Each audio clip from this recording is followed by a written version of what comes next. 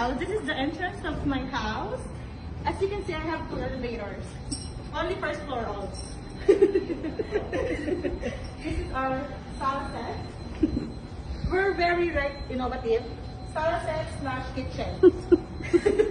As you can see, I have sala set and then kitchen. And yeah. Pretty much, I get this from Paris. Yeah. Before it's pink, but because of the turap, as you can see, it became grayish. So you can see here, free delivery. This chandelier, supposedly this is white, but you know, in turap, it's grayish. This is our ancestral frame. Yeah. As you can see, my ancestor was able to have, before kasi in Saudi, there's sea.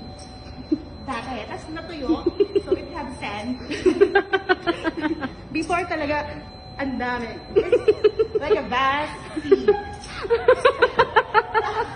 Tapos nagka-sandstorm, so I'm having a hard time speaking in Tagalog. So, yeah. These are the frames that I got from like medieval times.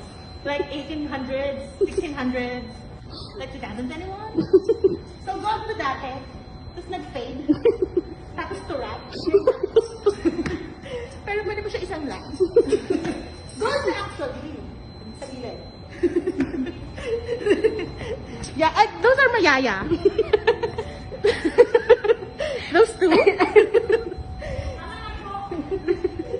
Yeah, this is the fresh air. Turap. This is so common here. Kaya ganyan. Diba? Ang ganda yung interiors from Divisoria. And, yeah.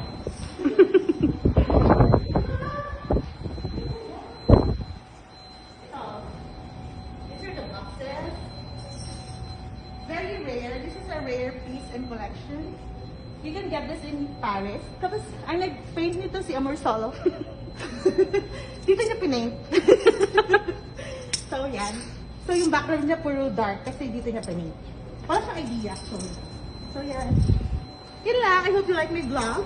And please like, share, and subscribe. Click the bell button to get notified every day. Thank you.